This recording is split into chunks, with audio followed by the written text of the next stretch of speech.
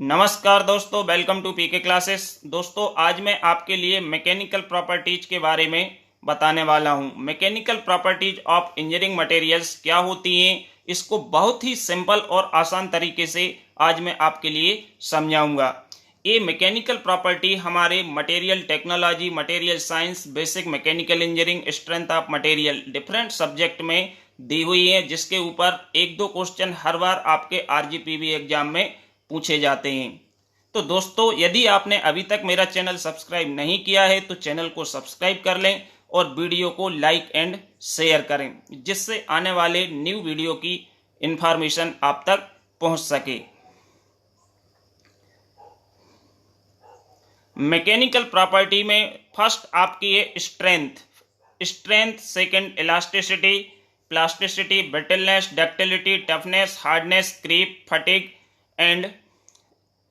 And हम बात करेंगे किसकी, स्टेपनेस की। ये 10 प्रॉपर्टी यहाँ पे हम आपको समझाएंगे जो बहुत ही आसान तरीके से होंगी। तो फर्स्ट है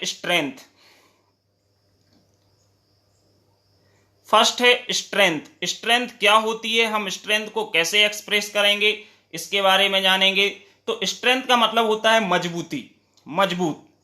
तो ये क्या, हम कैसे इसको लिखेंगे, तो it is the ability of material which resist maximum load without breaking.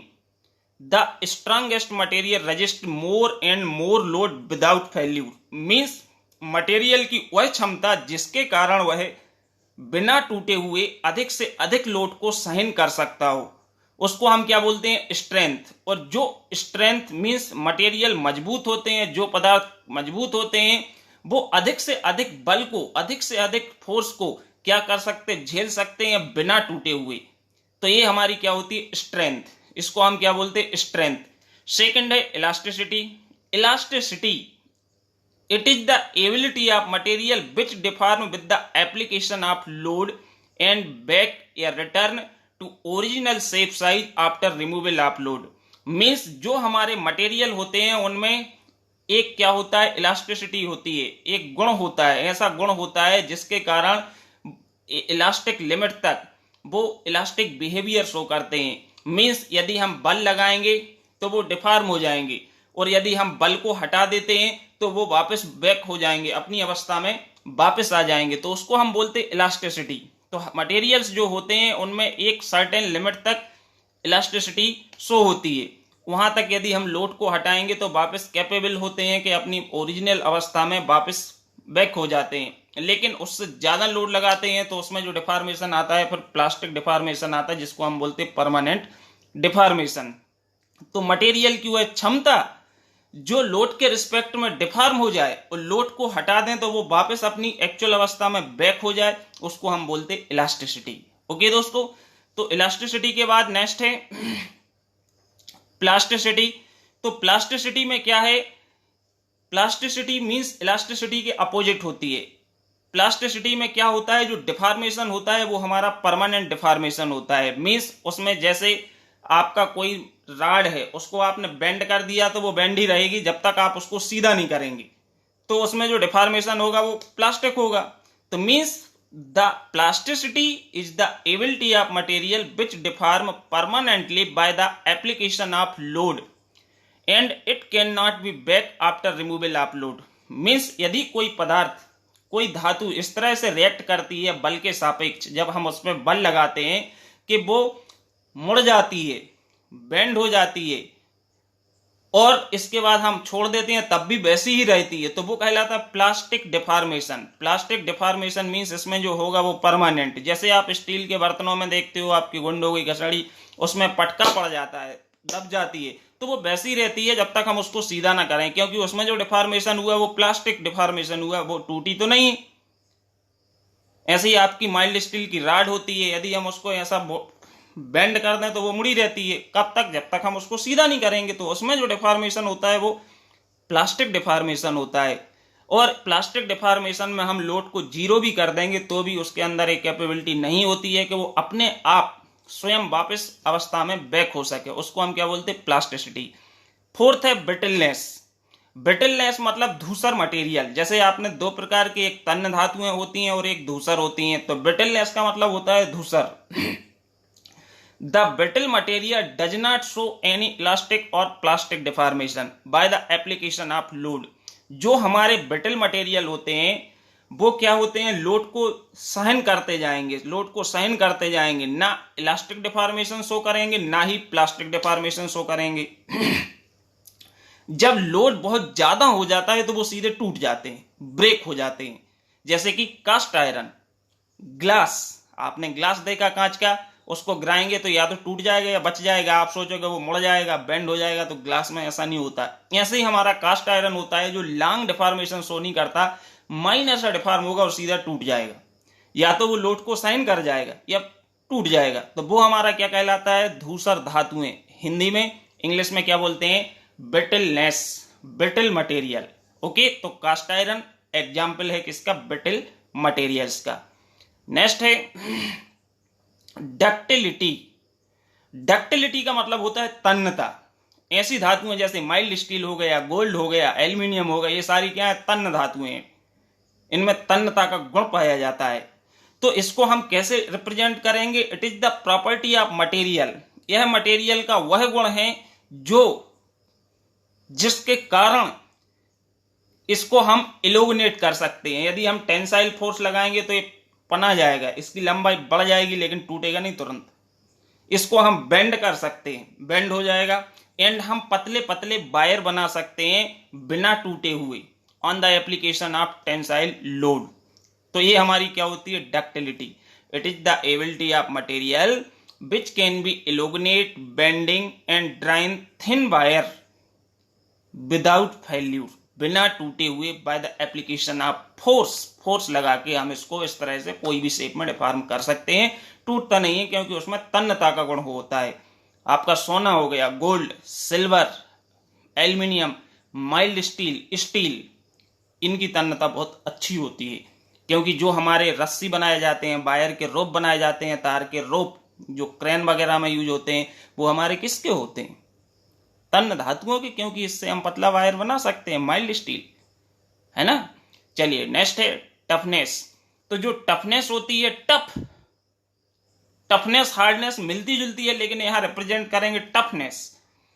तो टफनेस मतलब कैपेसिटी, क्षमता, मटेरियल की वह क्षमता जो अचानक आने वाले बल को रजिस्ट कर सके, इंपैक्ट लोड को रजिस्ट कर सके। जैसे हथौड़े से हमने इसमें हथौड़े से इसको पीटा, इंपैक्ट लोड सडनली आया, तो इसको यदि वो रजिस्ट कर जाए तो वो मटेरियल टफ है। लाइक हैमर ब्लो, जैसे कि हथौड़े से पीटना। The tough material absorb large amount of energy before failure. जो मटेरियल टफ होते हैं वो टूटने से पहले बहुत ज्यादा मात्रा में ऊर्जा को एब्जॉर्ब कर लेते हैं। क्योंकि हम ठोक रहे हथौड़े से, 10 बार हमने हैमर से इस पर पीटा, लेकिन इसमें कुछ भी नहीं हुआ, हल्का सा इंप्रेशन आया, मतलब बहुत कठोर होगा, इसलिए तो जरा सा इंप्रेशन आया। तो हम इंपैक्ट लोड की बात करते हैं किसमें, टफनेस में, वो कहलाता है हमारा टफ मटेरियल। ओके, नेक्स्ट है हार्डनेस। हार्डनेस जो है इसको हम कैसे रिप्रेजेंट करते हैं, स्क्रैचिंग। जैसे हमारा ये नाखून है, इसको हम पत्थर पर रगड़ेंगे तो हमारा नाखून घिस जाएगा, क्योंकि पत्थर इससे ज्यादा हार्ड है। इसको हम दीवार के पेंट पर स्क्रैच मारेंगे तो दीवार में स्क्रैच आएगा, क्योंकि ये पेंट से ज्यादा हार्ड है। और यदि हम एक कील को ले लें, रिवेट को ले लें, उसको हम दीवार पे या हम उसके लिए लकड़ी पे स्क्रैच मारेंगे तो उसमें स्क्रैच आएगा, क्योंकि कील हार्ड है। तो मीन्स हार्डनेस को हम कैसे एक्सप्रेस करते हैं, it is the ability of material to resist indentation on scratching. यदि मटेरियल हार्ड है तो उसमें स्क्रैच नहीं आएगा। इंडेंटेशन ऑन स्क्रैचिंग, स्क्रैचिंग पे इंडेंटेशन नहीं होना चाहिए, उसमें इंप्रेशन नहीं बनना चाहिए, स्क्रैच नहीं आना चाहिए। पेनेट्रेशन, यदि हम कील को पत्थर में लगाते हैं तो कील बेंड होती है, क्योंकि दोनों ही हार्ड है ना। Penetration etcetera, penetration, cutting etcetera, ये सब हमारे क्या होते हैं, हार्डनेस को रिप्रेजेंट करते हैं, जिसको हम क्या कहते हैं, हार्डनेस। जो हार्ड धातुएं होती हैं, हार्ड मटेरियल्स होते हैं, it also cut to in other metal, ये दूसरे धातुओं को काटने के काम आती हैं और काट सकती हैं। अपन बोलते हैं लोहे से लोहे को काटते हैं। तो जिससे हम जिसको काट रहे हैं, तो जो काटने वाला टूल है उसकी हार्डनेस ज्यादा होगी, जो कट रहा है तभी कटेगा। यदि दोनों की हार्डनेस बराबर होगी तो आप लोहे को लोहे से नहीं काट सकते।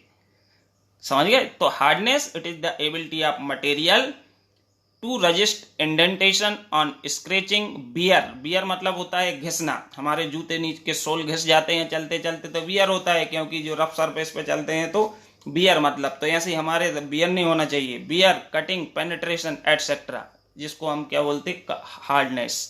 Next creep. क्रीप जो है it is a slow progressive permanent deformation, या creep is a slow deformation of material with time. यदि टाइम के रिस्पेक्ट में, टाइम के सापेक्ष में एक नियत लोड के ऊपर कोई मटेरियल डिफॉर्म होता है हाई टेम्परेचर पे, तो उसको हम क्रीप बोलते हैं। जैसे हम बोले अपनी फर्नेस, कोई इलेक्ट्रिक फर्नेस हो गया, आईसी इंजन का सिलेंडर हो गया, जहां पे पेट्रोल डीजल जलता है तो उसमें टेम्परेचर बहुत हाई होता है क्योंकि आग लग रही है, फ्यूल जल रहा है। आपके बॉयलर के सिलेंडर हो गया, स्टीम सप्लाई के पाइप्स हो गए, जिनमें हाई टेम्परेचर पे स्टीम सप्लाई होती है तो बहुत हीट होते हैं और उसका प्रेशर लग रहा है क्योंकि उससे प्रेशराइज स्टीम पास हो रही है। तो वहां पे हम क्रीप की स्टडी करते हैं। बिना क्रीप की स्टडी किए हुए आप इस तरह के पार्ट्स डिजाइन नहीं कर सकते जिनका उपयोग हाई टेम्परेचर पे हो रहा है, कांस्टेंट स्ट्रेस है और टाइम। तो creep is a slow deformation of material with time under constant stress at high temperature is called creep. उसको हम क्या कहते हैं? क्रीप। जब कोई स्लो धीमा डिफॉर्मेशन के, आपने एक लोहे के राड को लिया और उसको लटका दिया और दोनों साइड से हमने हीट दी और उस पर हमने 50 kg का वेट लटका दिया। अब हमने देखा इसको 4 दिन हैंग करके रखा तो 4 दिन में कितनी लंबाई इसकी बढ़ गई, फैल गया? नहीं फैला। तो इससे हम क्रीप को मेजर करते हैं, है ना। तो क्रीप है जो वो slow progressive deformation under constant stress at high temperature with respect to time. Okay, next है फटीग। जो फटीग है ये क्या है? जब कोई मटेरियल रिपीटेटिव स्ट्रेस के कारण फेल होता है तो उसको हम फटीग बोलते हैं।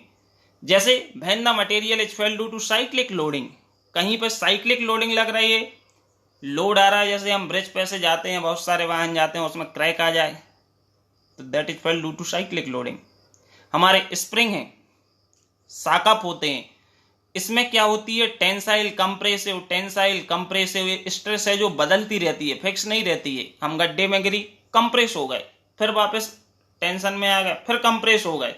तो जहां पर रिपीटेटिव स्ट्रेस या साइक्लिक लोडिंग की बात होती है वहां पे हम क्या करते हैं? फटीग की बात करते हैं। वहां पे जो प्रॉपर्टी अप्लाई होगी उसको हम कंसीडर करेंगे, किसको? फटीग को।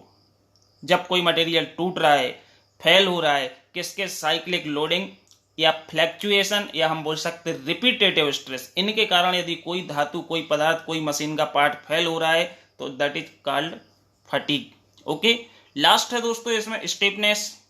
स्टीफनेस मीन्स जैसे हम बोलते कार के बम्पर, उस पर बैठ जाते वो दब जाते, उठ जाए तो वापस आ जाते, आते नहीं आते। तो ये हमारा स्टीफनेस है उसका। अच्छा, तो it is the ability of material which resist elastic deformation under external load. जब कोई मटेरियल इलास्टिक डिफॉर्मेशन को क्या करता है? रजिस्ट करता है, रोकता है कि डिफॉर्म होगा लेकिन वो उसको रोकेगा, अपोजिट के नहीं होना है। अंडर एक्सटर्नल लोड, बहुत ज्यादा बल लगेगा, उसको हम क्या बोलते हैं? स्टीफनेस।